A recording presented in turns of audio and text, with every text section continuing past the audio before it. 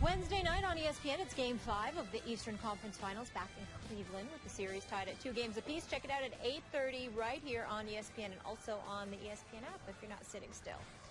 The Raptors pulled even with the Cavs in the Eastern Conference Finals last night. LeBron James was a no-show down the stretch, scoring 0 points and taking 1 shot in the final 5 minutes and 10 seconds. LeBron's teams are 7-5 in series that are tied 2 games apiece.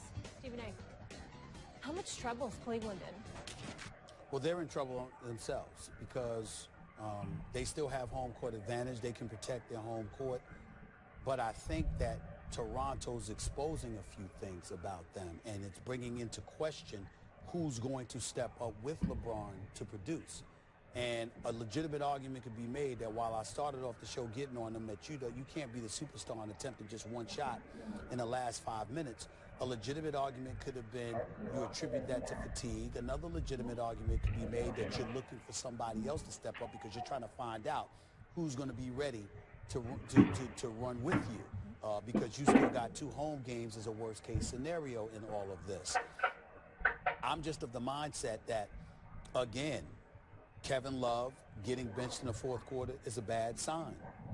Channing Frye can make open shots. The problem is when he's out on the court and you know that he's there in replacing Kevin Love, he doesn't get open shots. He has to shoot contested shots, and it's a bit more difficult for him to make as the game wanes.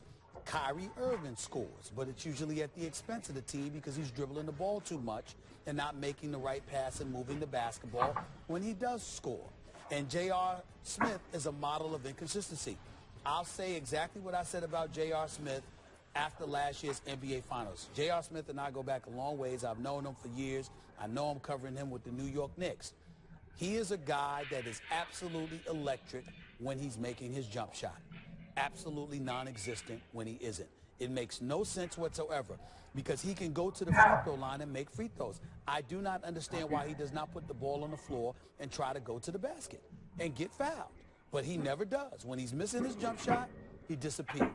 And so these are LeBron James' teammates.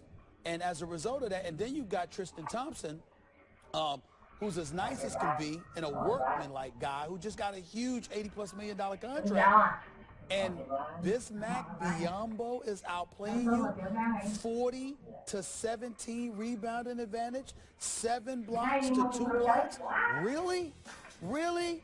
And so you look at it from that perspective, and I would say Cleveland's in trouble because even if you do win, you've allowed the Toronto Raptors to expose deficiencies in your game that the teams out west, either one of them, are more than equipped to handle. And last but not least, let's just say for the sake of argument, Skip Bayless is Klay Thompson or Steph Curry. Or it's Kevin Durant and Russell Westbrook. You can't neutralize DeMar DeRozan and Kyle Lowry, but you're going to go up against these brothers? Really? Really? That's what you're going to do? These guys? Now, no disrespect, because Lowry and DeRozan are all-stars, but they ain't those dudes. I mean, they both scored plus 30, and Cleveland couldn't stop them. If you're Steph Curry or Russell Westbrook or Klay Thompson or Kevin Durant, could you imagine how much you're salivating at the opportunity to go up against Cleveland, watching what we saw over the last 2 games? Could you imagine what it was like for them? Oh, my goodness, they'd be like, please let us get out of this Western Conference Finals. We got them. We got them. Look, they going to stop us. That's how you think it. It's a problem. Okay. It's a problem. What happened last night? Ty Lue and Cleveland fell in love with the 3. They had lived and they had died by the 3, and they were going to live by it again. So who did he play down the stretch? He played your man, JR. He played Channing Frye. Can they defend either one of them? No, they cannot defend. So all of a sudden, it was a mismatch to me on the other end where Kyle Lowry and DeMar DeRozan suddenly were emboldened and empowered to get in the lane anytime they wanted to and make shots they shouldn't have been able to make and wouldn't make against a Golden State or an Oklahoma City. So all of a sudden, now back to Molly's question, are they in trouble? I don't think Toronto's game travels. That's just me, because I don't think Biyombo traveled to the first 2 games. I don't even remember him playing in the first 2 games. So my point is, I think Cleveland will win easily at home in Game 5. I can't argue against Toronto winning a Game 6 in Toronto. Those fans are hyped too. You've been up there. I mean, it wouldn't surprise me at all at this point if the series went 7 games. We're going 7 games. And then, as we all know, anything can happen, especially if LeBron gets mentally and physically fatigued by Game 7. That won't happen for Okay, well... if LeBron is in a Game 7 in Cleveland, he's not losing that game. Well, okay. That's not happening. But not to Toronto. At what point does Dwayne Casey emerge as the best coach in the playoffs, as he continues to figure out defensively what will work against LeBron and company? Because, listen, have you ever seen a team more embarrassed and humiliated than Toronto was in those first 2 games at Cleveland? I was embarrassed for them. It was a blight on the NBA playoffs. We were all over them.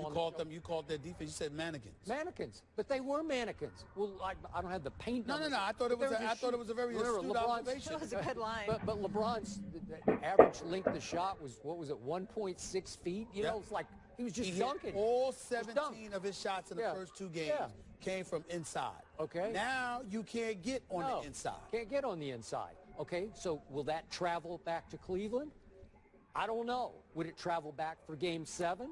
Game 5 is pivotal, because if you are Toronto, not only do you have momentum, you're playing with house money, because the expectation is you'll lose Game 5. You know you've insured a Game 6 back in Toronto. And the mentality is that the pressure is on them, because Cleveland doesn't want to come back to Toronto I agree. down 3-2. So Game 5 is going to be very interesting Wednesday night. So I thought Valanciunas would at least give him another big body last night, and he didn't get off the bench. So I think they were sort of playing with the idea of, oh, you better be careful because Valanciunas is going to come back.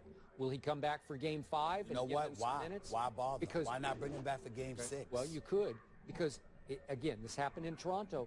It looked like Biyombo was emerging as a star, right? As a shot blocker. Well, listen. Rebounder. He's manning the interior and completely dominating the interior. And he's getting key offensive rebounds. He's blocking key shots. He's even going out and defended on the perimeter, which is something Valanciunas cannot do. A matter of fact, Valanciunas really might hurt them defensively because the LeBron and them don't appear to be a threat. Remember, LeBron was the one that was a threat in the interior. It wasn't like Tristan Thompson or Kevin Love was scoring on the outside. So if you have Valanciunas in there, he can score on the perimeter, but he's not going to come out on the wing and defend because he's not as quick a foot and he doesn't have those defensive capabilities.